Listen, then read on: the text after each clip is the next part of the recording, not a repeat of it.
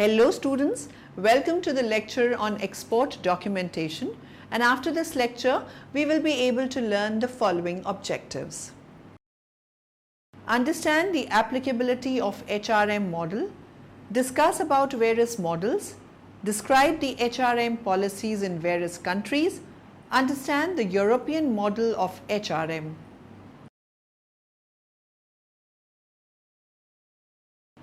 Export documentation is far more than just shipping paperwork.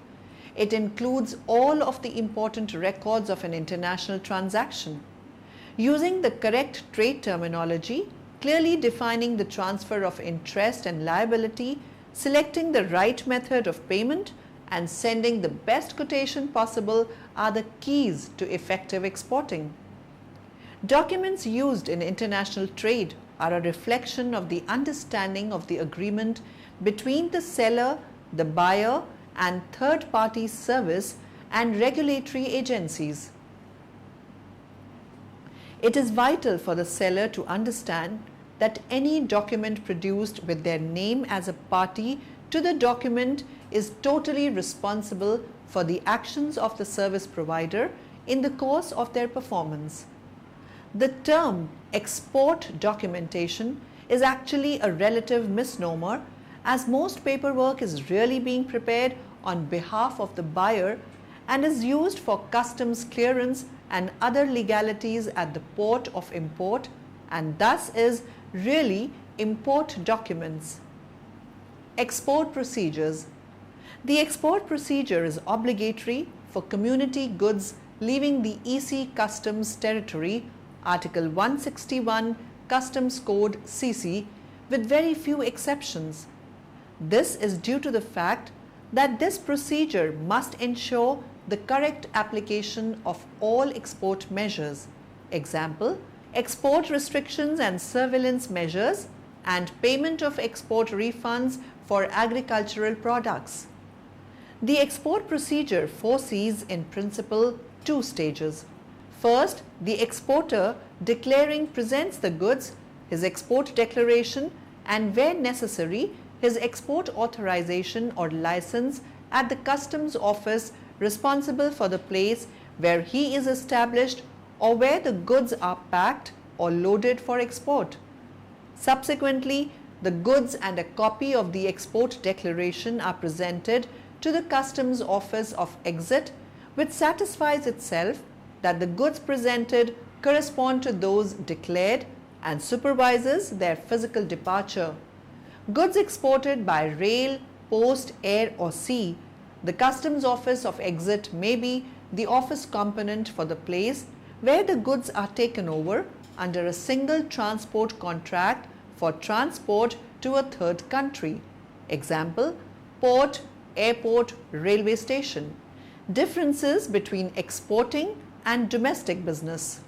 The basic intent of a quotation for international trade is the same as it is for quotes made in the US, but the rules and procedures are different. The following are examples of the difference between international and domestic quotations. Trade terms. Domestic sales use trade terms such as FOB factory as defined under the Uniform Commercial Code of the United States. One of the benefits of this trade term is that title of the goods passes to the buyer at our dock. When businesses engage in international trade, they cannot rely on the Uniform Commercial Code or domestic trade terms and should use the trade terms recognized by international traders, the Incoterms as described in Module 6. Methods of payment. Where open account or cash in advance are the primary ways businesses have of collecting domestic accounts receivable, they may not be as common in international trade. Equally as common in international trade are letters of credit and drafts. The document preparation and procedures on these consignment-controlled shipments require careful analysis and handling. Methods of packaging. Shipping goods internationally exposes the in-transit product to risks it would not otherwise encounter. among the greatest risks for damage to goods in foreign trade are theft, environmental risks such as heat, cold and moisture, transportation by ocean freight or rail, and lack of mechanized physical handling equipment in some of the lesser developed countries. There may be certain documentation required in international trade that would reflect the proper packaging, packing, handling and stowing of goods in order to satisfy the importers' requirements as well as their governments. Methods of shipment. Businesses normally ship goods by mail, truck or air freight to their customers in the United States. In international trade, truck shipments are limited to Canada and Mexico, and most processed food products are shipped by air or ocean freight. Air freight differs only in the bill of lading used. Meanwhile, ocean freight can include drayage to move ocean containers to your facility, railroads to get the cargo to the port of export, and another drayage trucking to export your products to the ocean carrier at the buyer. Because these modes of transportation differ a great deal, particularly in the area of carrier's liability, they need to be understood thoroughly before making a quotation. There are specific documents for international shipments that vary in detail, handling and distribution from the domestic equivalent. Insurance covering damage or loss. The seller has primary responsibility for loss or damage to the goods, in most cases, all the way to the port of unloading in the foreign country. Insurance coverage is therefore a must for all international transactions.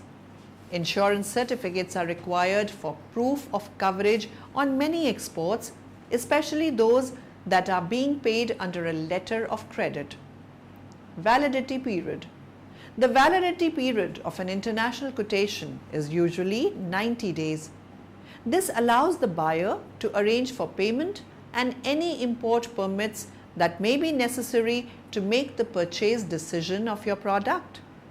Any changes to the quotation during that time must also be reflected in the documentation. Import laws in the foreign country. Before making a quotation to a buyer in a foreign country, it will be necessary to determine what restrictions exist. Common considerations are availability of exchange, country of origin of the product is offering, import permits, certificates and inspections. The importer may also have documentary requirements in the destination market that must be matched with the exporters prior to customs clearance. Banking fees. Unless the importer uses US dollars as their currency, international sales generally begin with payment by the buyer in their own currency. The buyer's bank will then make arrangements to pay the exporter through a US bank in US dollars. The banks charge a fee for this process, part of which will be for the seller's account. These fees vary depending on the method of payment being used. Justification for export promotion activities.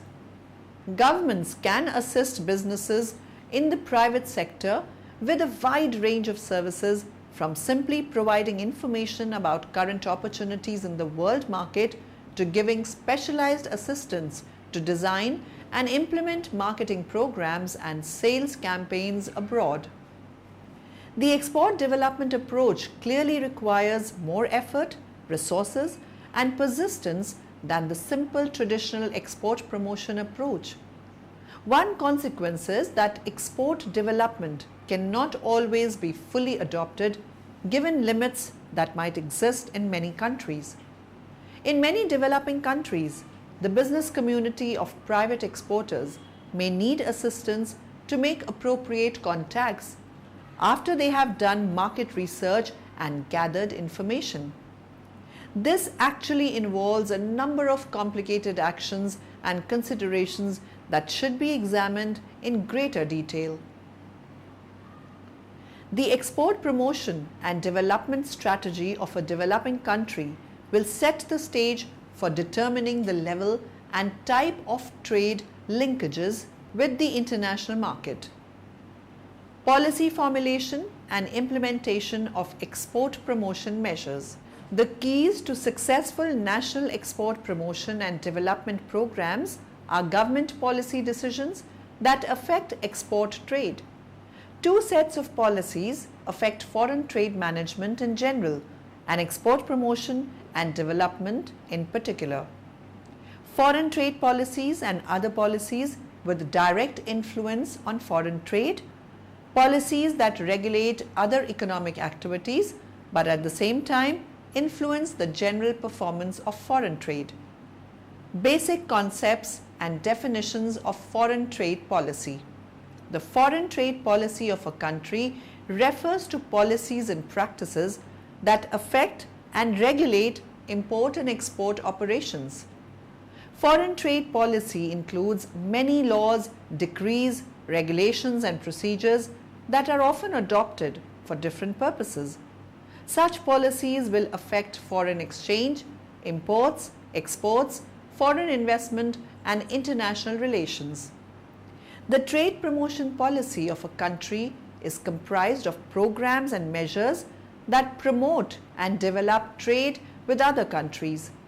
It includes all regulations and practices that will increase exports. Other policies include the National Development Plan, monetary policy, fiscal policy and practices, and price controls and investment policies. Promotional measures and their implementation. The range and intensity of a country's export promotion activities will depend on a number of factors: human and financial resources, the nature of products that can be exported, the characteristics of foreign markets, the experience of organizations responsible for implementing these activities. A variety of organizations or entities can implement activities, and the main entities will be the governments. Other entities may carry out related complementary activities. However, certain activities require specialization in export promotion and development and should be undertaken by the TAPOs. Export promotion strategies. Export promotion strategies are part of trade promotion and should focus on enterprise, industry and national levels. Enterprise level.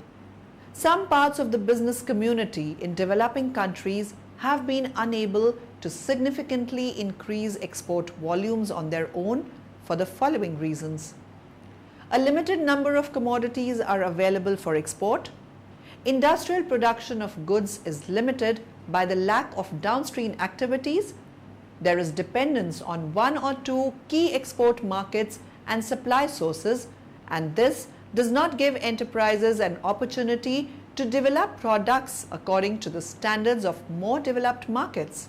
Enterprises lack export readiness, which might be due to unwillingness to venture overseas because the domestic market offers comfort and security. Transitional economies need a lead agency to drive the effort towards becoming exporters. National level. The government sets the overall economic direction and trade development strategy. Establishing the export dimension of this strategy in terms of appropriate economic instruments and export promotion measures is critical to national export performance. Therefore, the design of relevant trade policies is the key to a successful national export promotion program. Institutional infrastructure for export promotion in India. Institutions engaged in export effort fall in 6 distinct tiers. At the top is the Department of Commerce of the Ministry of Commerce and Industry. This is the main organization to formulate and guide India trade policy.